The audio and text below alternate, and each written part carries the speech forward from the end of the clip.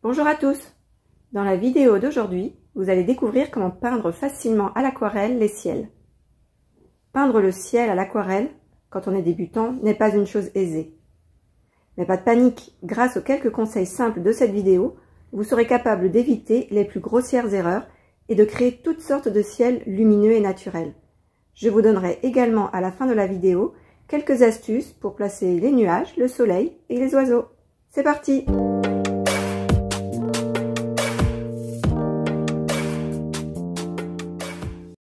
Tout d'abord, sachez que si vous voulez un beau résultat, il faut utiliser un bon papier. Idéalement du 100% coton, mais au minimum un papier spécial aquarelle. Sur du mauvais papier, tous les conseils et astuces que je vais vous présenter seront beaucoup plus difficiles à appliquer. Pour toutes les astuces suivantes, gardez en tête ceci. Pour des contours flous, travaillez dans le mouillé ou l'humide pour que les pigments diffusent doucement. Pour des contours nets, par contre, et précis, travaillez sur du sec. Pour faire réapparaître la couleur du dessous, absorbez rapidement avec un papier absorbant la couleur que vous venez de poser par-dessus tant qu'elle est encore mouillée. On appelle ça faire un retrait. À quel moment faut-il peindre le ciel? Faites le ciel en premier. Comme ça, si vous avez des éléments par-dessus, vous n'aurez pas de démarcation autour. Si par-dessus vous avez des formes qui n'ont pas de contour net, comme des feuillages ou des arbres, vous pouvez en bloquer l'emplacement. Soit en retirant un peu de votre couleur encore humide avec un chiffon propre ou un mouchoir en papier, soit en y déposant une couleur de base pour l'élément qui viendra par-dessus. Un vert clair pour un arbre d'été, un jaune orangé pour un arbre d'automne par exemple. Une fois que ce sera sec, vous n'aurez plus qu'à peindre votre élément par-dessus. Sinon, pour les formes à contour net, ne faites pas votre ciel dessus, évitez tout simplement la zone. La couleur du ciel. Attention, gardez bien en tête que votre couleur va s'éclaircir, surtout si vous travaillez dans le mouillé, car l'eau du papier va diluer encore plus vos couleurs. N'hésitez donc pas à foncer vos jus en ajoutant un peu plus de pigment. Pour des ciels clairs et lumineux, utilisez aussi de l'eau bien propre, sinon vos lavis seront sales et vos couleurs plus ternes. Pour faire un ciel globalement uniforme, il faut faire un lavis. Vous trouverez en ligne plein de tutoriels qui vous expliqueront dans les moindres détails la technique pour réaliser des lavis parfaits.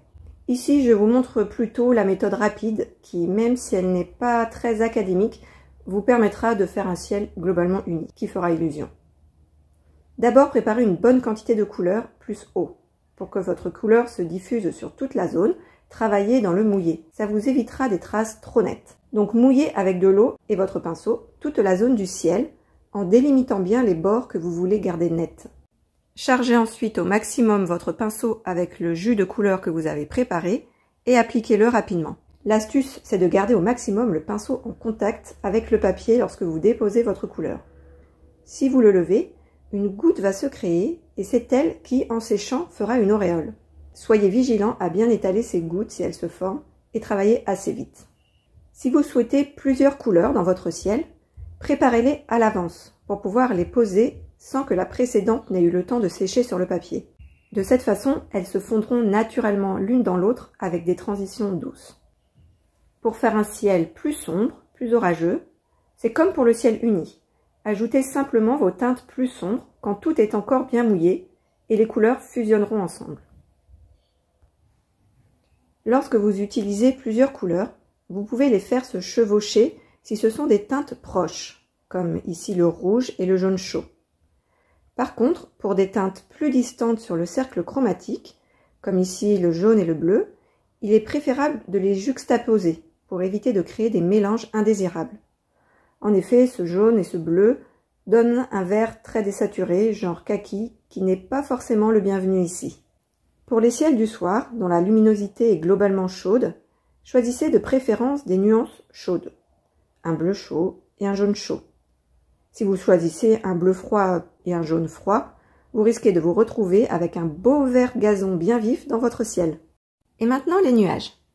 Si vous souhaitez un ciel avec des nuages diffus, laissez simplement des blancs là où vous souhaitez que vos nuages soient lorsque vous posez votre lavis bleu.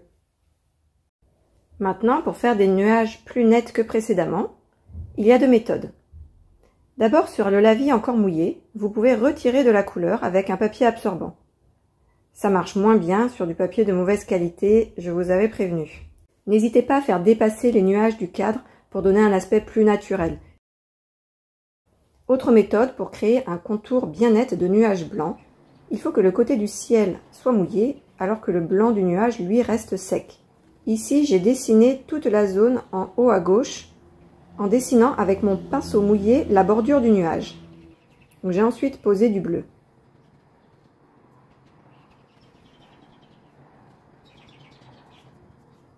J'ai attendu que ça sèche complètement et ensuite j'ai mouillé la zone du nuage et mis mes taches de gris sans m'approcher trop du bord pour garder un liseré blanc.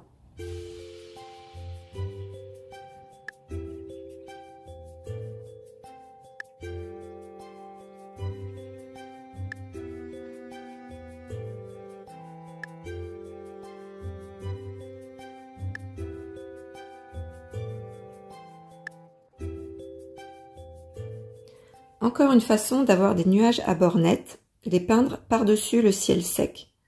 Attention, à cause de la transparence de l'aquarelle, ça ne marche que si vos nuages sont plus foncés que le ciel.